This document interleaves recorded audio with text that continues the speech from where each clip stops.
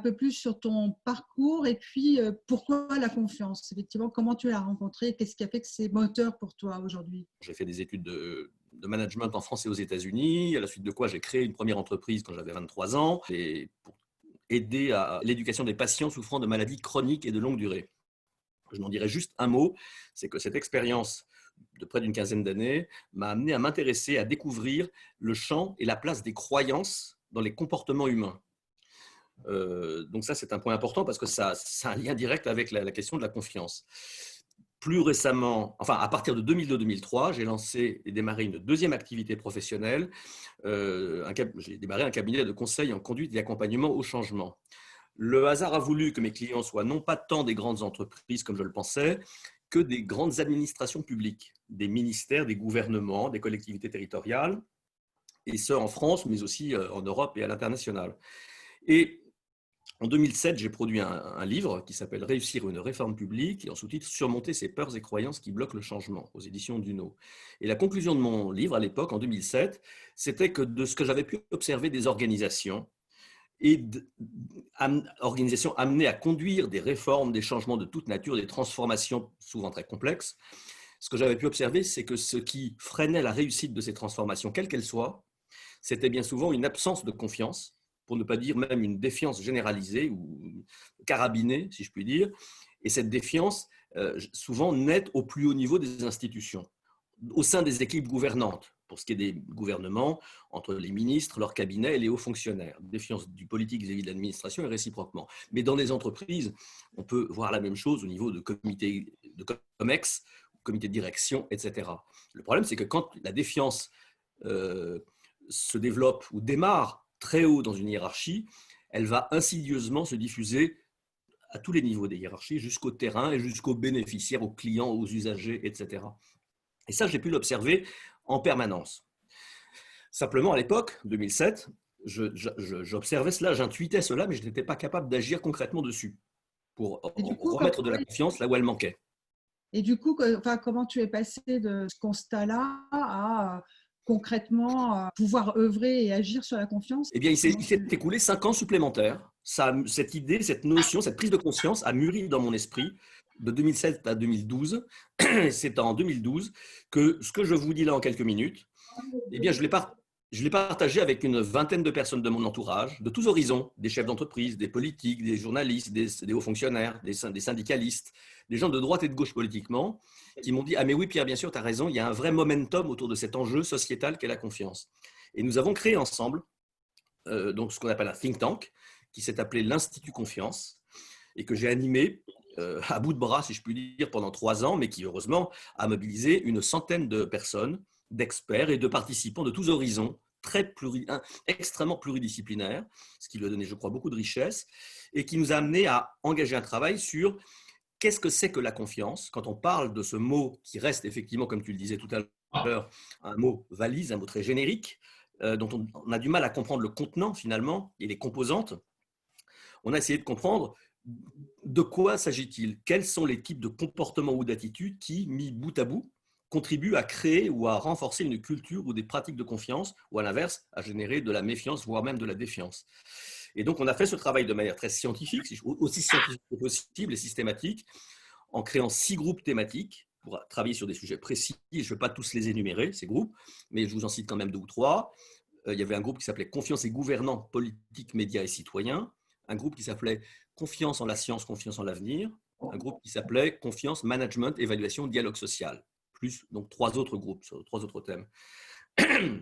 Et de ce travail de ces participants et de ces groupes, eh bien, est né, donc 3 ans de recherche et développement s'est engagé, 3 ans au terme duquel a émergé la résultante de tout ce travail, qui était l'identification des principaux facteurs contributifs de la confiance. Comme je le disais, les principaux comportements, attitudes ou postures qui contribuent peu ou prou à créer une culture ou des pratiques de confiance. Confiance en soi, confiance dans l'autre, confiance dans une équipe, dans une entreprise, dans une institution, à l'échelle d'un territoire, voire même d'un pays entier.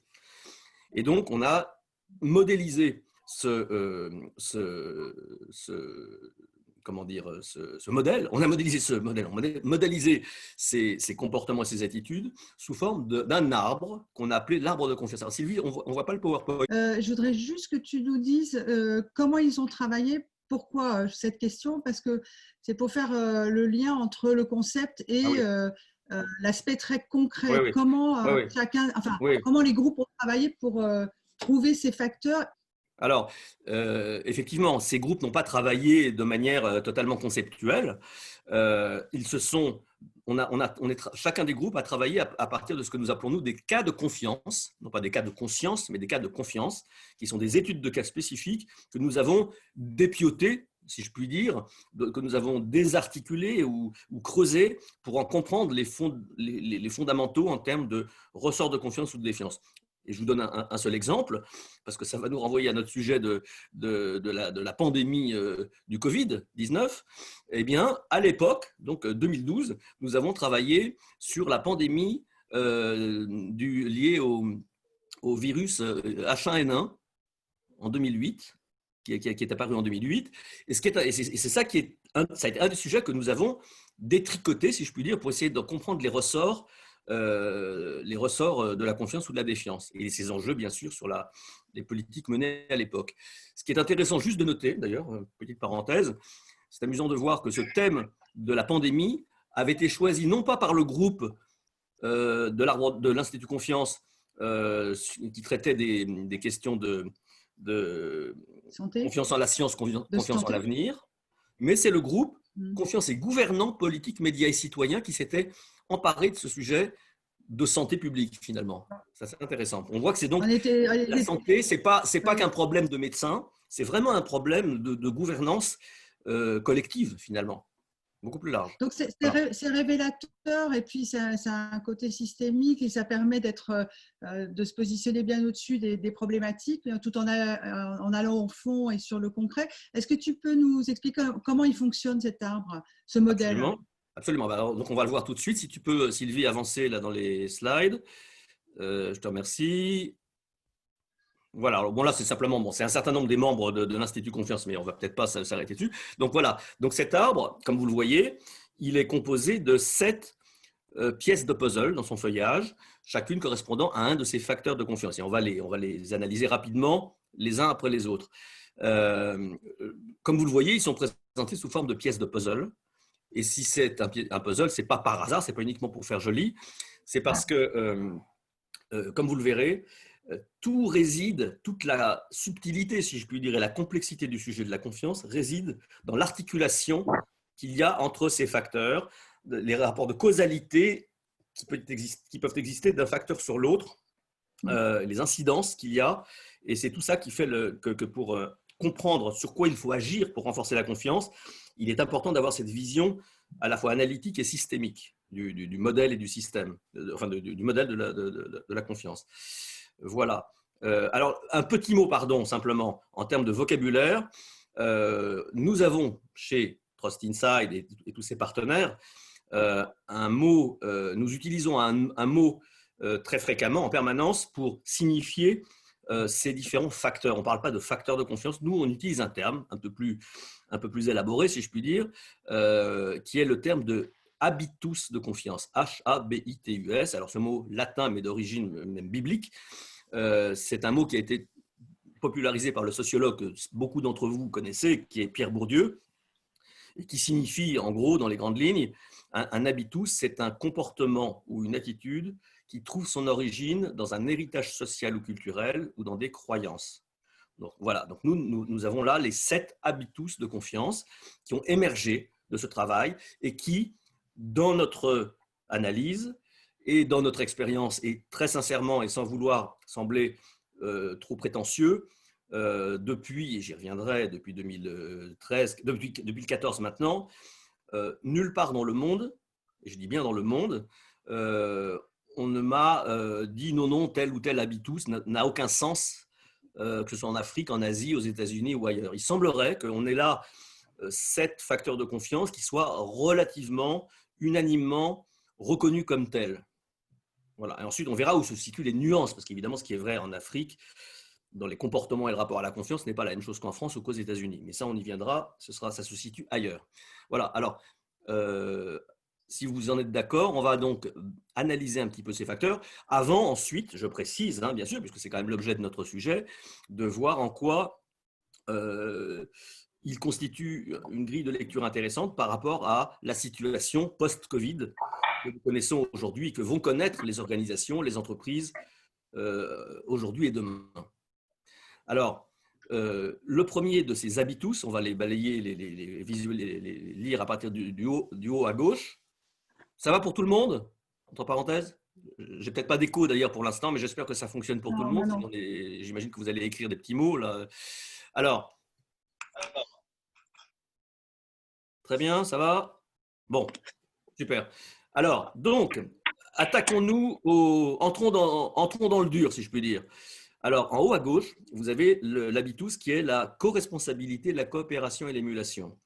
Je m'attarde juste une seconde sur le mot de co-responsabilité parce que c'est un mot essentiel que finalement tout le monde n'emploie pas jusqu'à présent, qui veut dire clairement, enfin qui signifie en fait, quelle est ma part face à un acte, face à une action, face à une décision qui est prise, quelle est ma part de responsabilité par rapport aux autres?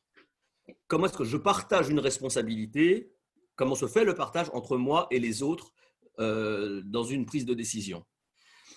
Et cette notion-là, elle est fondamentale aussi bien par rapport à ce contexte sanitaire qu'on a pu connaître que par rapport au développement durable, notamment. Tout un tas de sujets rendent cette notion de co-responsabilité particulièrement importante aujourd'hui, plus qu'hier certainement.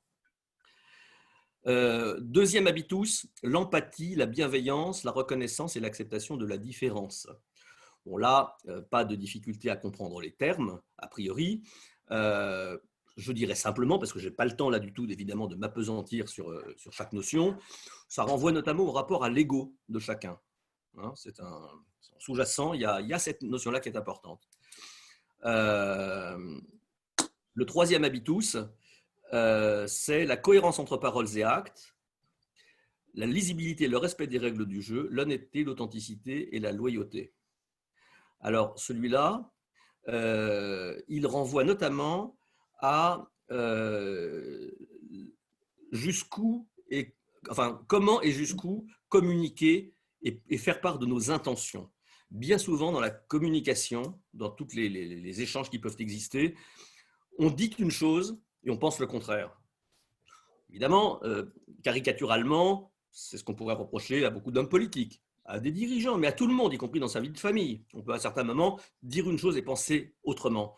Et ça, en général, ça se ressent. À moins d'être sociétaire à la Comédie Française, les gens le ressentent, vos interlocuteurs le ressentent. Et c'est absolument calamiteux en matière de confiance, de climat de confiance vis-à-vis des autres. Donc la cohérence et effectivement l'authenticité sont des notions fondamentales pour créer et préserver une culture un climat de confiance. Alors non, on va rester sur la slide précédente. Sylvie, voilà, merci. Au milieu, il y a, vous voyez un habitus qui est l'indépendance de jugement face au conflit d'intérêts ou au conflit de valeurs.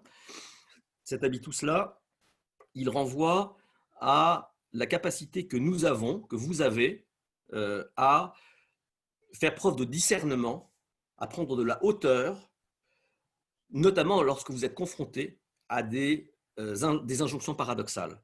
Pour un manager, par exemple, qui se voit imposer par sa direction générale une consigne, une directive, et directive qui vient en parfaite je dirais, contradiction avec l'attente de ses collaborateurs ou de ses collègues. Comment fait-il? Comment prendre une décision quand on est entre le marteau et l'enclume, quelque part? Et ça renvoie, et là aussi je ne m'appesantis pas trop là-dessus, ça renvoie à la capacité que l'on a dans une organisation, dans une structure, à bénéficier d'un collectif qui va vous permettre de partager cette difficulté dans laquelle vous êtes, à ne pas rester seul avec vous-même, mais à pouvoir partager avec des pairs qui, eux, auront peut-être une distance un petit peu plus grande avec cette décision qui vous incombe pour vous aider à trouver la bonne distance et à faire le bon choix, un choix réfléchi. J'ajoute que là, vous qui êtes, je dis vous, présent dans ce webinaire, qui je pense être pour beaucoup d'entre vous, bien sûr, intéressés par nécessairement, si vous êtes là, concernés par des enjeux de ressources humaines et de management au sens large du terme, les personnes qui tombent dans des problèmes de souffrance au travail, de burn-out, voire même pire, de suicide, sont des gens qui, bien souvent, je pense, ont eu beaucoup de difficultés à gérer cette situation d'indépendance, qui se sont trouvés très seuls face à leurs problèmes et dans des temps très compliqués. Le premier habitus sur lequel je voudrais m'appesantir, c'est le suivant. Et donc, je vais ensuite juste lire en 2 secondes les autres avant qu'on passe effectivement à la suite. Ça va me prendre 1 seconde. L'acceptation, donc en haut à droite, l'acceptation de l'incertitude, du risque et de la complexité que vous voyez là, renvoie, c'est un enjeu, une problématique qui renvoie au rapport au contrôle qui existe dans les organisations. Quand il n'y a pas d'incertitude, d'acceptation de l'incertitude, dans certaines organisations, ça va se traduire bien souvent par du surcontrôle. Je ferme la parenthèse et nous allons y revenir dans 2 secondes. Ensuite, vous avez l'acceptation du droit à l'échec ou à l'erreur, qui est une problématique culturellement très forte en France, pour des raisons dès l'enfance, la scolarité, la vie de famille. On ne peut pas dire qu'on soit particulièrement champion en termes d'acceptation du droit à l'échec ou à l'erreur en France. Et voilà, je ne vais pas plus loin. Et le dernier, la temporalité, c'est le rapport au temps. Dans ces 2 dimensions, le rapport entre un projet court terme et une vision à long terme, présent-futur, comment conjuguer les deux, et le rapport au passé, comment faites-vous lorsque quelqu'un vous a trahi, vous a trompé, vous a planté un couteau dans le dos, arrivez-vous à oublier, sinon à oublier, à pardonner, ou alors faites-vous partie de ceux qui êtes très rancuniers, et ce durablement. Donc voilà les 7 facteurs. Quel lien avec la problématique le contexte et les enjeux post-Covid actuels? Eh bien, effectivement, je vais prendre un premier exemple. Je vais prendre l'incertitude, le risque et la complexité. Alors, pardon, excusez-moi. Oui, enfin bon, là, voilà. Avant d'y venir, juste, pardon, si tu peux, Sylvie, remettre juste la slide après, que tu venais de mettre là à l'instant. Voilà. Très important, il y a le feuillage que vous avez vu, mais tout ce feuillage, la couleur de cet arbre de confiance, individuel ou collectif, à savoir, est-ce que chaque habitus est plutôt vert, c'est-à-dire plutôt présent, jaune, un peu moins présent, orange, pas trop présent, ou rouge, totalement absent, individuellement ou dans un collectif, va dépendre de ce qu'il y a dans les racines de l'arbre. Et les racines, c'est les croyances, les valeurs, les représentations, les peurs, l'héritage culturel, l'histoire d'une personne ou d'un collectif. Et tout ça, c'est enfoui. Et tout l'enjeu, tout le challenge qui existe, que ce soit, alors pour le coup, ce n'est pas lié au post-Covid, c'est lié au bon fonctionnement d'une organisation, c'est de savoir comment mettre en débat ce qui souvent relève du non-dit. Et c'est ce que nous, en tous les cas, chez Trust Inside avec ses partenaires, et vous certainement dans vos métiers, aux uns et aux autres, essayons tous de faire, de mettre en débat des choses qui souvent ne sont pas exprimées. Alors, revenons donc à nos habitus et aux enjeux post-Covid. La suivante. Non, là, tu es revenu en arrière, je pense. Voilà, la suivante. Voilà. Merci, Sylvie. Attendez, voilà. Alors, il nous a semblé intéressant d'identifier un enjeu. Il y en a d'autres, mais celui-là, dans les discussions et les rencontres que nous avons pu avoir ces derniers jours et semaines avec des acteurs des entreprises, des dirigeants, des managers, des représentants syndicaux aussi, c'est comment articuler le télétravail et le présentiel en réinterrogeant les pratiques de contrôle des dirigeants comme des équipes. Alors, pourquoi? Je vous donne 2 illustrations du problème tel qu'il se pose. 2 managers, de dirigeants d'entreprises avec lesquels nous sommes en relation. Le premier d'entre eux, c'est un directeur de business unit, directeur de toute une région du sud de Paris, d'une très grande entreprise française d'énergie. Et ce monsieur, l'autre jour, nous explique que du fait du télétravail, eh bien, il est confronté au fait que bon nombre, pas tous, mais un certain nombre de ses collaborateurs, je crois qu'il a une équipe de 750 personnes, il y a un nombre non négligeable de ses collaborateurs qui refusent de revenir au travail pour différentes raisons. Certains parce qu'ils ont peur de revenir, d'autres parce qu'ils finalement ils se sont installés dans une forme de confort dans le travail à la maison qui leur convient bien et dans lequel ils se disent, mais après tout, pourquoi aller s'embêter à faire des kilomètres pour aller au boulot? Voilà, c'est compliqué, c'est pas agréable, ça ne m'apporte rien, etc. Et donc, il a beaucoup de mal à recréer ce collectif. Et il nous a dit la chose suivante, il nous a dit, je le cite, il a dit, je dois reconnaître que ça m'interroge sur ma capacité à faire confiance à mes équipes. Et je me rends compte, a-t-il ajouté, que j'ai un rapport au contrôle qui est quand même finalement fort et j'ai besoin de contrôler. Et là, c'est vrai, je me demande qu'est-ce qu'ils foutent, qu'est-ce qu'ils font, qu'est-ce qu'ils foutent. Est-ce qu'ils bossent bien ou est-ce qu'ils ne sont pas en train de faire la sieste ou la grasse matinée ou de s'occuper de leurs enfants ou je ne sais quoi. Et donc, voilà l'expression d'un problème managérial lié au télétravail et au rapport au contrôle, d'où le fait de le mettre par rapport à cet habitus sur l'incertitude, le risque et la complexité. Deuxième exemple. C'est pas une question non, d'exemple, non, si tu peux rester sur la même slide, Sylvie, juste. Voilà, deuxième exemple, merci. Deuxième exemple, un autre de nos contacts, de nos relations, qui est un homme qui exerce de hautes responsabilités dans une entreprise, qui est membre du comité exécutif de cette entreprise et qui, l'autre jour, nous expliquait que il travaillait de chez lui, essentiellement. En plus, il habite dans des conditions très agréables, un très bel appartement. Et en tant que dirigeant, il n'est pas le patron, hein, mais il est membre d'un comité exécutif. Il nous a expliqué, il nous a dit, mais moi, je n'ai aucune envie de revenir bosser. Je viens le minimum possible au travail parce que je suis beaucoup mieux chez moi. En plus, je suis plus effectif, plus efficace. Je travaille plus. Finalement, je n'ai pas de pause, etc., etc. Et donc, ajoute-t-il, même si mes collaborateurs me demandent, aimeraient bien que je sois là plus souvent, moi, je leur dis, allez, non pas aller vous faire voir, mais enfin, foutez-moi la paix, moi je suis mieux chez moi pour travailler, je suis plus efficace. En plus, c'est un adepte du télétravail, et voilà, ça le pousse carrément dans certains, entre guillemets, excès, si l'on peut dire. Alors, j'aurais envie de vous poser la question, mesdames et messieurs participants à ce webinaire, puisque vous avez accès à la petite fenêtre qui vous permet de répondre et d'intervenir, je vous ai dit que là aussi, le télétravail, ça relevait notamment de ce rapport au contrôle à droite. Mais là, de ce que je viens de vous dire, de l'attitude de ce monsieur vis-à-vis de ses équipes, est-ce que ça vous fait penser à un autre habitus? Parce que c'est ça qui est l'intéressant de la démarche, de l'art de confiance, elle est qu'à partir d'un premier habitus, quand on creuse dans les racines, c'est ce qui s'est passé en laissant ce monsieur s'exprimer, on a identifié ses croyances, ses peurs, ses valeurs, ses envies. Ça pourrait faire penser à peut-être à un autre habitus. Lequel parmi eux? Si vous avez sous les yeux, est-ce que vous pouvez mettre le premier mot d'un autre habitus? Alors, je vois marqué acceptation de l'incertitude. Oui, mais c'est le point de départ. Indépendance de jugement, c'est intéressant. Co-responsabilité. Cohérence, dit Sylvie. C'est tout? Écoutez, merci déjà de ces messages. Alors, je dirais que vous avez tous, là, je vois droit à l'erreur de Caroline, acceptation de la différence de Xavier. Alors, droit au bonheur.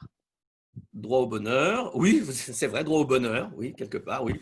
Je pense que il n'y a pas de mauvaise réponse. Émulation aussi.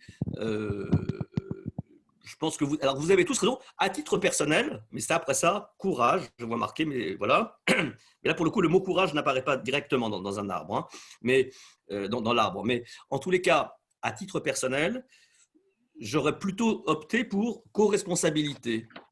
Je pense que quand je l'ai entendu, ce monsieur, nous tenir ce propos, je me suis dit, tiens, c'est bizarre, je ne trouve pas que ce soit un réflexe extrêmement co-responsable que de se dire, après tout, les autres, je m'en fous. Finalement, c'est mon petit bonheur qui prévaut, quelque part. Voilà. Moi, j'aurais plutôt mis là-dessus, mais ce que vous avez dit aussi est tout à fait valable. Et du coup, voilà. du coup, Pierre, comment ça, une fois que justement on a pu analyser et se dire bah, ça vient de là, comment tu fais, comment concrètement on fait pour faire évoluer cette pratique si elle pose un problème à la personne et si elle pose un problème à l'organisation? On creuse dans les racines, pourquoi, qu'est-ce que ça lui empêche de faire, etc. Comment ça se passe concrètement pour faire évoluer cette pratique ou cette posture qui va faire que c'est un problème pour l'organisation comme pour pour l'organisation en l'occurrence? Il y a la mise en conscience. Ce que j'entendais, c'est qu'il y a la mise en conscience, c'est-à-dire on met en débat d'où ça vient, etc., pour aller identifier la croyance, etc., enfin la croyance, la culture qui a pu peut-être s'imprimer dans l'entreprise, pour ensuite trouver des pistes communes, pour passer à un plan d'action. Comment ça s'opère? Oui, c'est ce que tu viens de dire. C'est-à-dire que, bon, d'abord, il n'y a pas de formule miracle, hein. Il n'y a pas de Yaka Faucon ou d'appuyer sur un bouton ou d'envoyer un guide, etc. Nous, en tous les cas, on est convaincus, et c'est ce qu'on pratique régulièrement, c'est que le fait de faire partager ce modèle autour de la confiance à un collectif, que ce soit d'abord, ça peut être dans une équipe de direction d'abord, en comité exécutif, dans une business unit, quel que soit le niveau, en impliquant les organisations syndicales. J'y reviendrai d'ailleurs tout de suite, dans une seconde, aux organisations syndicales. C'est un moyen, ce modèle a un mérite, c'est qu'il permet d'objectiver quelque chose de subjectif et d'avoir une sorte d'objet de transaction, transactionnel quelque part, d'outils transactionnels, autour desquels tous les regards peuvent se porter pour créer une prise de conscience et interroger un certain nombre de pratiques collectivement. Et effectivement, sur ce problème de co-responsabilité, ce problème de rapport d'impact du télétravail sur la confiance, sur les relations de confiance, si on avait dans la même salle, je prends l'exemple, ce dirigeant dont on parlait, qui est un type de grande qualité, de grande intelligence, avec des membres de son équipe et ses collègues, voire ses autres membres du comité de direction, il serait intéressant, et ce, animé par un consultant, un coach, un praticien, il serait tout à fait intéressant de poser le sujet pour trouver savoir comment placer le curseur. Et je pense que ça ferait bouger les lignes, certainement, dans la tête des uns et des autres, pour prendre conscience du fait que c'est un sujet et que décider comme ça de rester chez soi en permanence, ça a un impact négatif sur la coopération et sur la co-responsabilité, et qu'il faut s'ajuster. Et selon les cas, encore une fois, les comportements qui ne sont peut-être pas très co-responsables peuvent venir de la direction elle-même. C'est le dernier exemple que je donnais. Dans d'autres cas, ça peut venir de collaborateurs, de gens à d'autres niveaux hiérarchiques. Donc, c'est ce travail-là qui peut, telle une mayonnaise, là qu'on fait monter lentement, s'appuyer sur ces échanges collectifs. Je voyais tout à l'heure un message d'une de nos participantes qui demandait comment faire du collectif plutôt que de l'individuel. Là, ce que je décris là, c'est bien du collectif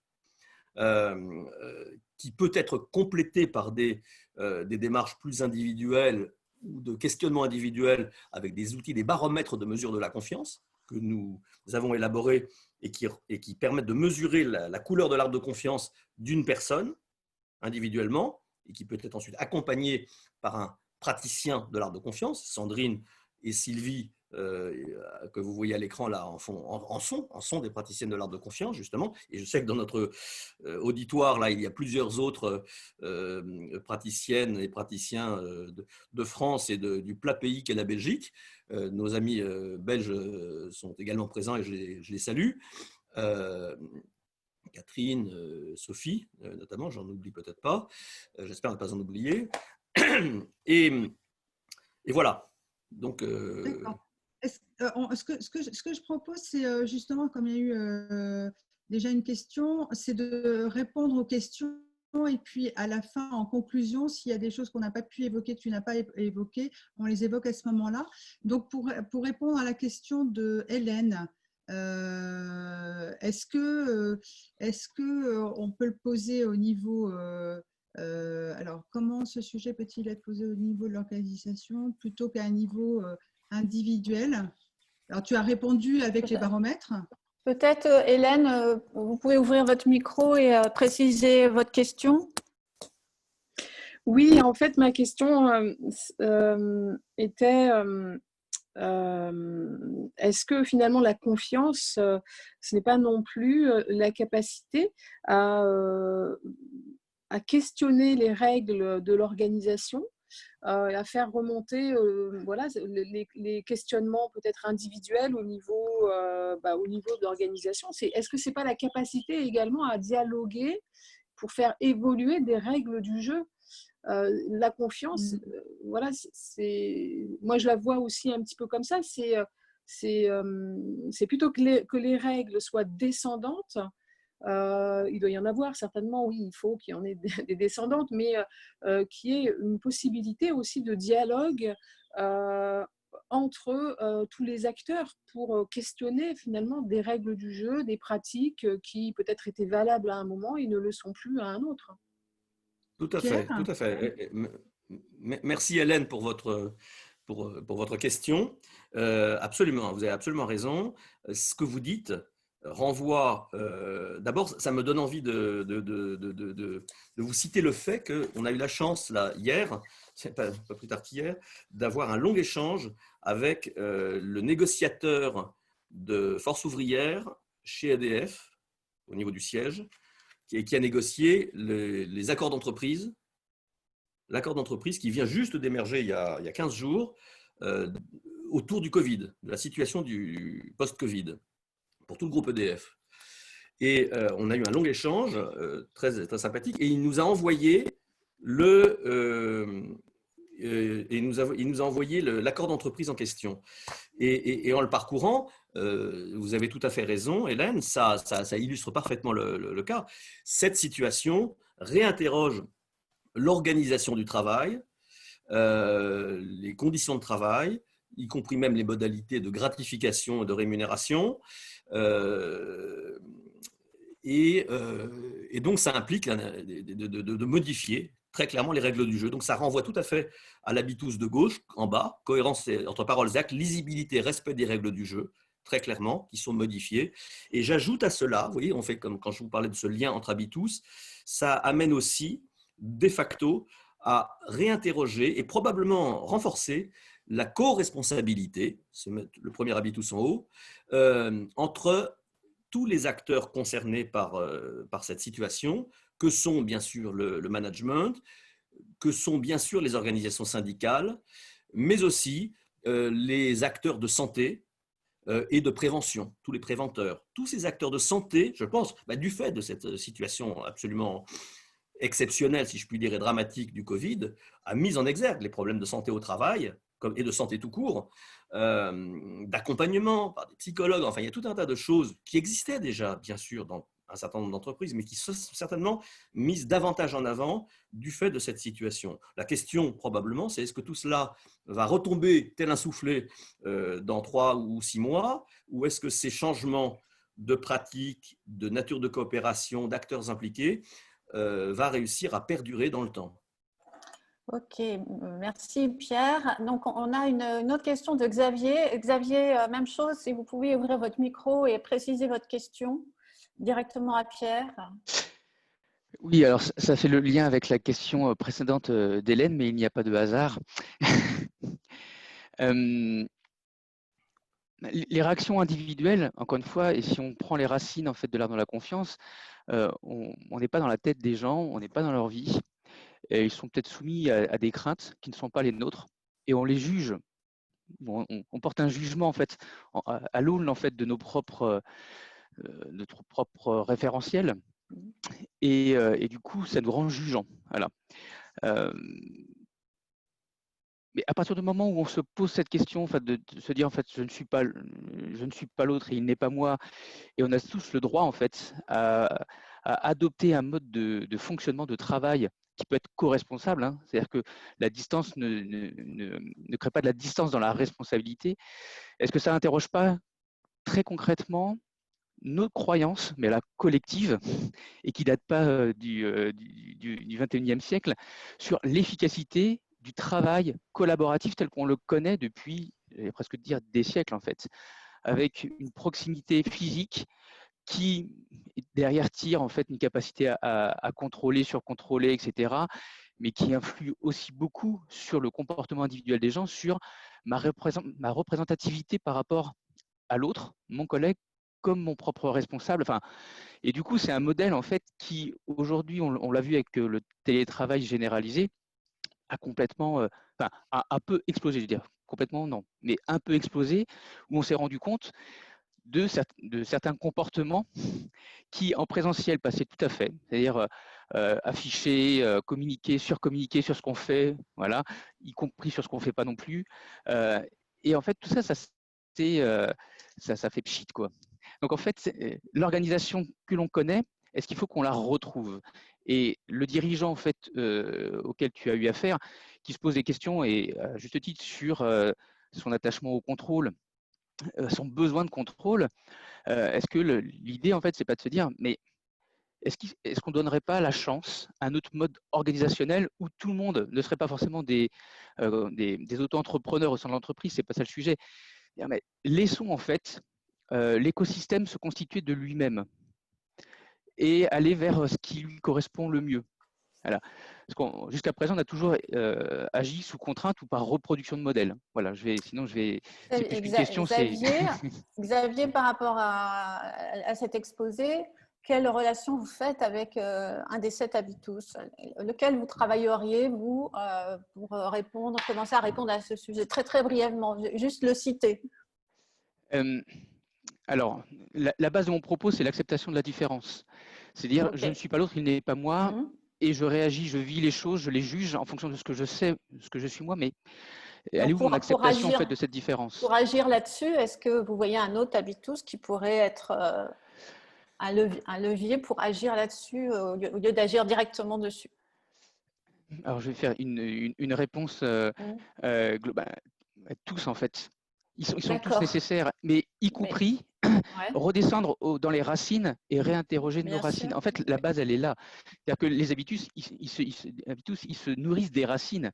Si on ne réinterroge pas nos racines individuelles et collectives, les habitus resteront… mais on a aussi un habitus temporalité qui nous fait dire que les choses, pour qu'on ait confiance dans notre capacité à les mettre en œuvre, on doit les réaliser dans le temps.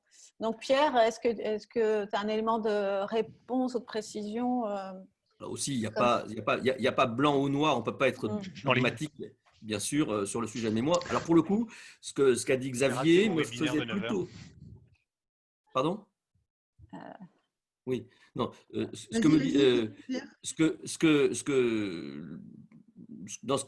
qu'a exposé Xavier, moi, ça me fait penser pas mal quand même à l'acceptation du droit à l'échec ou à l'erreur, qui culturellement, et à cette dimension culturelle ancrée, dont parlait Xavier, ancrée dans les racines, qui renvoie à une culture très individualiste. Nous sommes tous baignés, tous ou presque, baignés d'une culture très individualiste. Et plus on grimpe dans les hiérarchies d'entreprises ou d'institutions, plus les gens ont fait souvent des grandes écoles qui ont vraiment développé cette culture de la performance malheureusement plus individuelle que collective, bien souvent, historiquement. Donc ça, c'est un vrai changement, une vraie évolution nécessaire et qui n'est absolument pas évidente d'évoluer vers plus de collectif. Parce que c'est pas dans nos… En tous les cas, jusqu'à présent, ce n'était pas du tout dans nos racines culturelles et éducatives. Alors, deuxième point, juste, Xavier… Attends, mais si je peux juste terminer ma réponse, juste pour dire que Xavier parlait de l'habitus, enfin, acceptation de la différence. Je l'ai brièvement évoqué tout à l'heure, ça renvoie aussi à l'ego. Et ça, l'ego aussi, c'est quelque chose qu'on a beaucoup développé dans nos cultures occidentales, où on développe des égos complètement dingues, où on n'écoute pas l'autre, où on impose son idée à l'autre. Et dernier point, simplement, et ça fait la passerelle avec la question de Sandrine, qu'est-ce qu'on fait? Moi, je dirais que rien ne se fait en termes de changement de comportement sans prise de conscience. C'est la première étape. Alors, ça ne suffit pas, mais s'il n'y a pas de prise de conscience, il ne se passe rien, quel que soit le sujet. Or, par exemple, je reviens, justement, et Xavier le réévoquait, c'est l'exemple que je donnais tout à l'heure de ce manager qui avait du mal à accepter le télétravail chez son équipe. J'ai trouvé formidable, et c'est quelqu'un qui connaît, alors je ne veux pas faire de la publicité à tout bout de champ pour l'arbre de confiance, mais ce manager le connaît, hein, bien sûr, hein, l'arbre de confiance. J'ai trouvé très intéressant qu'il nous dise que de lui-même, il avait pris conscience au travers de son propre comportement et sa propre réticence à prolonger le télétravail chez ses équipes. Lui-même, il s'est dit, mais ça m'interroge sur mon rapport au contrôle, à l'incertitude et donc à la confiance. Et moi, je considère que dès lors qu'il commence à faire cet auto-travail, cette auto-analyse de lui-même, c'est un début de rédemption, si je puis dire, ou en tous les cas de réflexion et d'évolution de ses propres pratiques. Ok, Pierre, je propose qu'on passe à la question de Nathalie. Donc, très, très brièvement, parce qu'on arrive à la fin. Nathalie, si vous pouvez repréciser, ouvrir votre micro, préciser votre question concernant la digitalisation. Allez-y.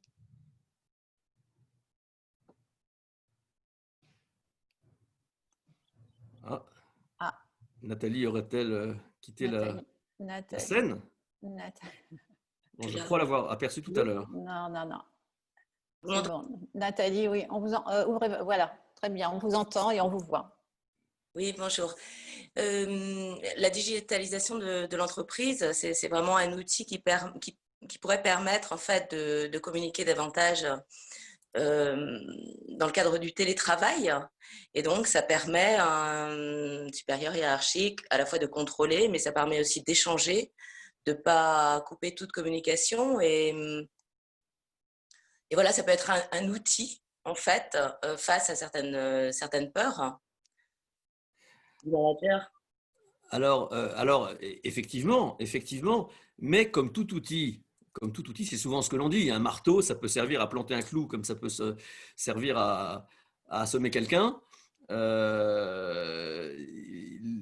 Ces outils, effectivement, de toutes les façons, sont presque indispensables dans ce contexte de télétravail, c'est évident. Mais en même temps, et je crois qu'il y a eu des abus en la matière, qui ont posé problème. Si ça se transforme en un outil de contrôle et que les gens, en gros, au lieu de pointer sur une pointeuse au bureau, sont obligés de pointer sur leur ordinateur toutes les 10 minutes, ça peut avoir des effets finalement pervers aussi. Donc, je crois que l'outil aide, mais il ne se substitue pas à des évolutions culturelles et comportementales, je dirais, et managériales. Est-ce qu'on a le temps de... Est-ce qu'on a le temps de demander à nos amis, nos participants, de partager quelques enjeux, ou oui, mesdames, oui, le timing est trop serré? Non, on arrive à la fin, mais ce serait bien qu'on arrive à prendre ce temps-là. Alors, on va peut-être juste faire l'exercice sur un seul des autres habitus. Par exemple, on va prendre la co-responsabilité, pourquoi pas. Alors, avant de montrer, pardon, attends. Alors, voilà, ne montre pas l'écran, Sylvie, co-responsabilité. Okay. On va plutôt vous demander, à nos chers participants, dans votre petit pavé là, qui vous permet de noter quelques mots, si, comme vous l'avez un peu dans l'esprit de l'enjeu qu'il y avait pour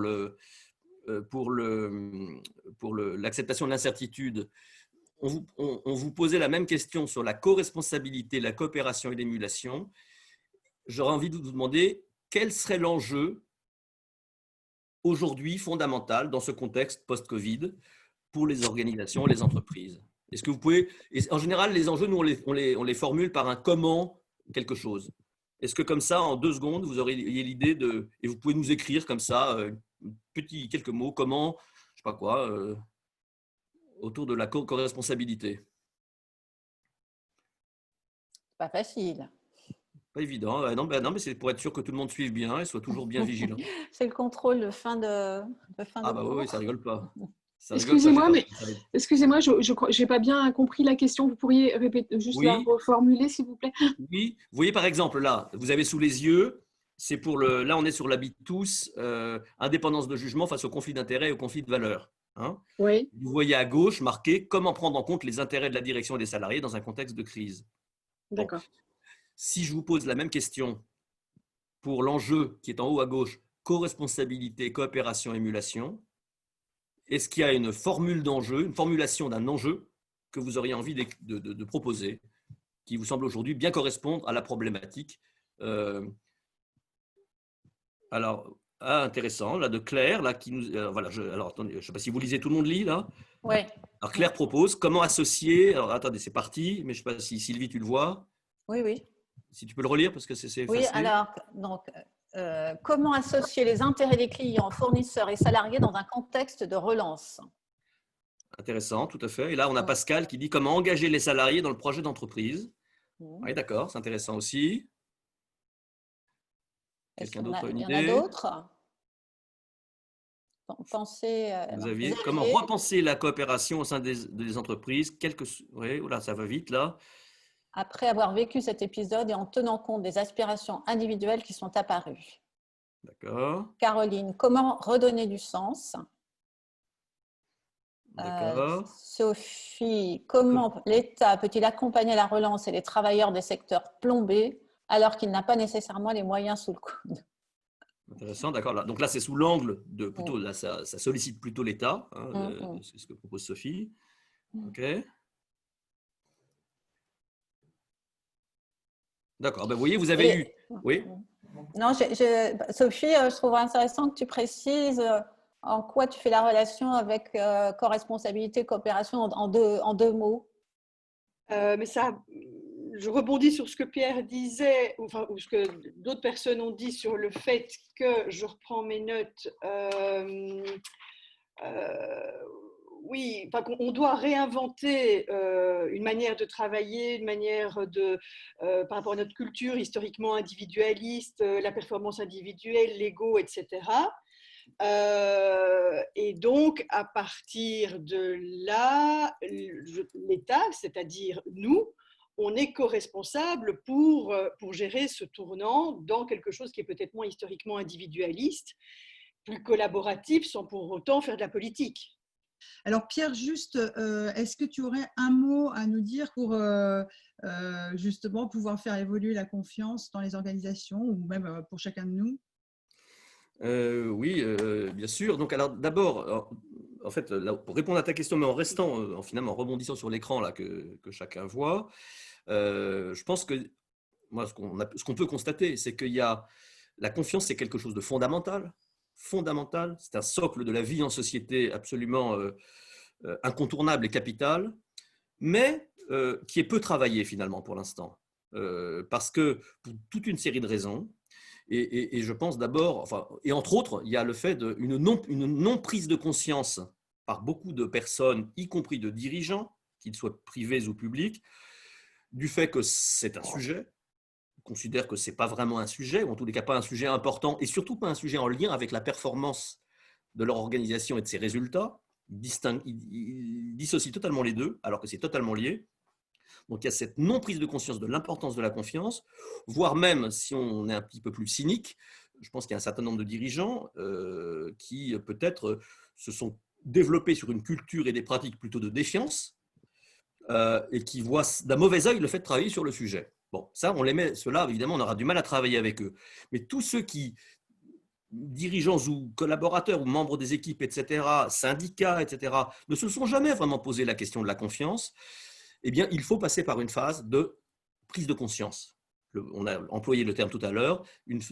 Cette phase de prise de conscience, elle est incontournable. Et ça passe par des méthodes de sensibilisation à la place de la confiance dans les organisations et à la manière de travailler dessus, faire prendre conscience du fait que ça s'objective, ça se mesure et ça peut donc se renforcer. Et ça, effectivement, c'est en première ligne de ce que nous avons écrit. On organise effectivement des conférences dites inspirantes pour rapidement créer cette prise de conscience qu'on peut agir là-dessus. Et ensuite, on a des outils de mesure, etc., qui sont évoqués là, des baromètres individuels, collectifs, pour des sondages à large échelle. Et Sandrine, là, tu réévoquais cet aspect-là. Effectivement, la confiance, ça se construit pas en claquant des doigts. La coopération, l'acceptation de la différence, le droit à l'échec ou à l'erreur, etc., ça se modifie pas comme ça en une semaine. Ça prend du temps. et un temps parfois individuel, parfois collectif et parfois les deux. Et effectivement, c'est vrai que nous avons construit, Trust Insight construit patiemment mais activement et développe son réseau de praticiens de l'arbre de confiance dont, mesdames, vous faites partie, qui sont des coachs, des consultants, des formateurs qui sont formés à la méthode, enfin au modèle, à la méthode et aux outils de mesure de la confiance et à l'accompagnement qui va avec. Et donc, c'est cet accompagnement que vous mettez en place avec succès qui permet d'ancrer des changements de pratiques et de comportements durables dans les organisations. Et donc, ce sont des coachs et des consultants externes, mais aussi dans certaines grandes entreprises internes. Et il y a des réseaux de personnes qui ne sont pas des professionnels de l'accompagnement, et là on n'entend pas dans les détails tout de suite bien sûr, qu'on appelle des tisseurs de confiance, qui ont vocation à simplement diffuser cette culture sans pour autant en être des praticiens actifs quotidiens. Voilà. Et le Covid, en fait, ça a eu un impact, c'est une opportunité finalement sur cette prise de conscience de la confiance. Bah écoutez, moi je pense que oui. Alors évidemment, c'est un petit peu tôt pour le dire, mais j'ai envie, pour répondre à ta question, te citer, je reviens, désolé de l'avoir, enfin je l'ai fait à deux ou trois reprises, je reviens sur les accords d'EDF parce que c'est je trouve assez intéressant de voir qu'à la fin des accords, je vous lis ça, article 7.2, engager des révisions d'accords d'entreprise. Sur la base du rapport de synthèse, les parties signataires du présent accord conviennent d'ouvrir une négociation collective d'ici la fin de l'année 2020 visant à améliorer les organisations du travail et intégrer des évolutions, notamment en termes de 1. Télétravail, 2. Confiance et responsabilisation dans les équipes de travail, 3. Mobilité durable et 4. Prévention des risques professionnels. C'est quand même intéressant de voir que sur 4 points très courts, la notion de confiance est explicitement indiquée. Donc moi je trouve ça quand même, alors après ça c'est des mots sur un papier, sur un document bien sûr, ensuite il reste à le faire vivre. Mais moi je pense que ce Covid effectivement réinterroge beaucoup de choses, notamment le rapport au contrôle, donc à la délégation, et les règles du jeu. Donc on le voit bien là, plusieurs des facteurs de confiance, plusieurs des habitus très clairement. Ok, alors moi je vous propose maintenant de conclure. Donc je voulais à nouveau remercier tout le monde. Merci beaucoup. Et merci pour cette organisation. Merci Maud, merci Anne, merci Hélène, merci Pascal, tous ceux qui parlent.